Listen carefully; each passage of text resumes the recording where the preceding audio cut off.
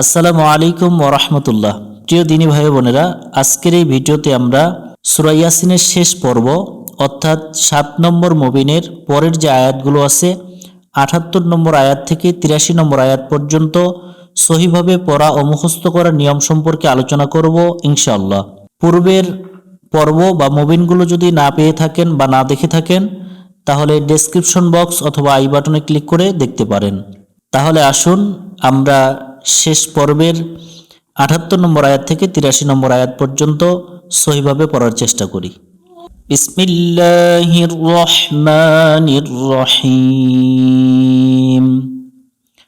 وضرب لنا مثلا ونسي خلقه قال من يحيي العظام وهي رميم وضرب لنا ওয়াদা পড়া যাবে না, এখানে রা পড়া যাবে না। وضرب لنا জবরে বামে খালি আলিফ আছে, এক আলিফ টান দিয়ে পড়ব। মাসালাউ মাসা পাতলা করে পড়ব। মাসালাউ এখানে একটু গুণনা করব। ওয়ানাসিয়া খলকহ ওয়ানাসিয়া খলকহ এখানে যদি দম ফেলি তো অক্ষর ওয়াকফি মুতলাক, এখানে দম ফেলা ভালো। এখানে দম ফেললে গোলহায়ের উপরে যে উল্টা পেশ আছে এটাকে সাকিন ধরে পড়তে হবে। ওয়ানাসিয়া খলকহ وضرب لنا مثلا ونسي خلقه قال জবরে বামে খালি আলিফ এক আলিফ টানতে হয়, এক আলিফ টান দেব। এখানে কালা পড়ব না। قال من গুণনা করে নিব। من يحيي العظام মোটা হবে। জবরে বামে খালি আলিফ এক আলিফ টানবো। মা ওয়াহিয়া রমিম দম ফেলার আগে দুই পেশ সাকিন ধরতে হয়, সাকিন ধরে নিব এবং তিন আলিফ টান দিব। قال من يحيي العظام وهي رميم 79 নম্বর আয়াত। قل يحييها الذي أنشأها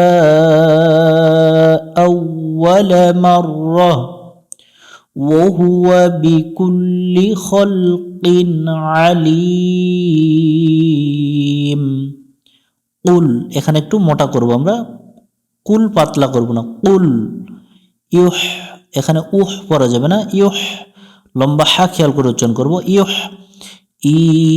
জেরের বামে ইয়া সাকিন এক আলিফ টানতে হয়, এক আলিফ টান দেব। ইউহ ই হাল্লাযী এখানে তিন আলিফ টান দেব। হাল্লাযী কুল ইউহই হাল্লাযী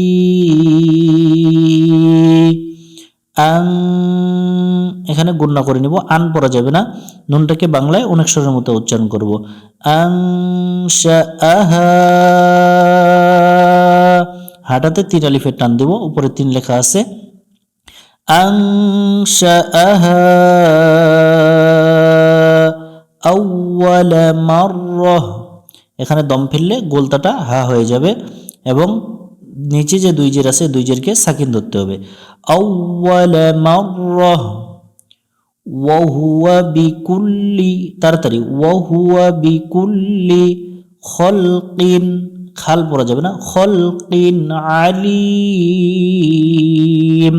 এখানে দম ফেললে মিমের উপরে পেশটা সাকিন হয়ে যাবে। আর যদি এখানে দম না ফেলি তাহলে আলিমু এই যে ছোট্ট একটা নুন দেখতেছি, এই নুনের নিচে যেটা পরের আয়াতের শুরুতে যে লামের উপরে তাসদিদ আছে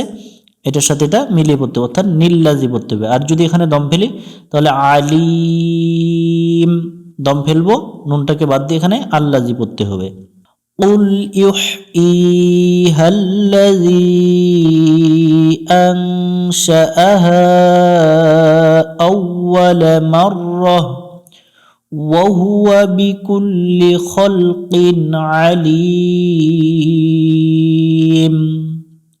80 নম্বর আয়াত।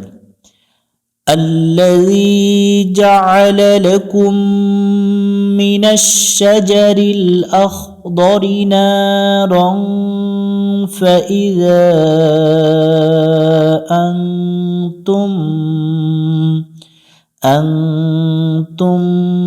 منه توقدون আল্লাযী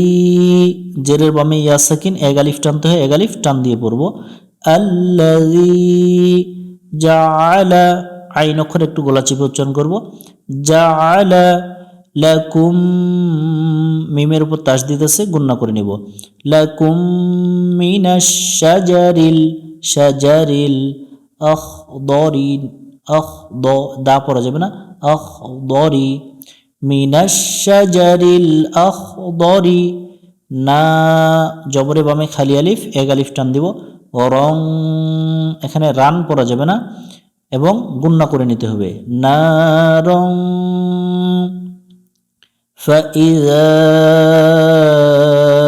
এক আলিফ মাদের বামে লম্বা হামজা আছে তিন আলিফ টানতে হবে চিকন চিহ্ন দেখে আমরা তিন আলিফ টান দেব ফাইযা আনতুম এখানে আন পড়া যাবে না আন গুণনা করে নিব নুনটাকে বাংলায় অনেক সুর ধরে পড়ব তুম মিমের উপর তাসদীদ আছে গুণনা করে নিব মিনহু আনতুম মিনহু তু পেশের বামে ওয়াও সাকিন এক আলিফ টান দিব ঈদুন শেষে তিন আলিফের টান দিব নুনের উপরে জবরটাকে সাকিন ধরব الذي جعل لكم من الشجر الأخضر نارا فإذا أنتم منه توقدون 81 নম্বর আয়াত أوليس الذي خلق السماوات والأرض بقادر على أن يخلق مثلهم بلى وهو الخلاق العليم আওয়ালাই তাড়াতাড়ি আওয়ালাইসাল্লাযী জেরের বামে ইয়া সাকিন এক আলিফ টানতে হয় এক আলিফ টান দিব এক লেখা দেখে আওয়ালাইসাল্লাযী খলাকস এখানে খা পড়া যাবে না এখানে কা পড়া যাবে না খলাকস সামা মিমের উপর খারা জবর এক আলিফ টানবো ওয়া এখানে ওয়ার উপর খারা জবর এক আলিফ টান দিব তি খলাকস সামাওয়াতি ওয়াল মোটা করে নিব ওয়াল বিকাদিরিন কফের উপর খারা জবর আছে এক আলিফ টান দিয়ে পড়ব বিকাদিরিন আলা আইন অক্ষর গলা চিপে উচ্চারণ করব এটা তিন আলিফ টান দিব আলা আই গুণনা হবে আই ইয়াখলুক লুকা পড়া যাবে না আইয়াখলুক মিসলাহুম মিস এখানে শীষ দেওয়া যাবে না মিসলাহুম বালা লামের উপর খারা জবর আছে এক আলিফ টান দিয়ে পড়ব বালা ওয়াহুয়াল খল্লা খা পড়া যাবে না খল্লা লামের উপর খারা জবর এক আলিফ টান দিয়ে পড়ব কুল আলিম وهو الخلاق العليم أوليس الذي خلق السماوات والأرض بقادر على أن يخلق مثلهم بلى وهو الخلاق العليم 82 নম্বর আয়াত إنما أمره إذا أراد شيئا أن يقول له كن فيكون ইন এখানে গুণনা করে নিব নুনের উপরে তাসদিদ আছে গুণনা করা ওয়াজিব ইন্নামা তিন আলিফের টান দিব এক আলিফ মাদের বামে লম্বা হামজা আছে অথবা আমরা এখানে চিকন চিহ্নটা দেখে তিন আলিফ টান দিব ইন্নামা আমরুহু হুটাতে তিন আলিফ টান দেব উপরে তিন লেখা আছে এবং চিকন চিহ্ন দেওয়া আছে আমরুহু ইযা জাটাতে তিন আলিফ টান হবে চিকন চিহ্ন এবং তিন লেখা অরদা জবরে বামে খালি আলিফ এক আলিফ টানতে হয় এক আলিফ টান দেব এক লেখা দেখে অরদা শাইআন তাড়াতাড়ি হবে শাইআন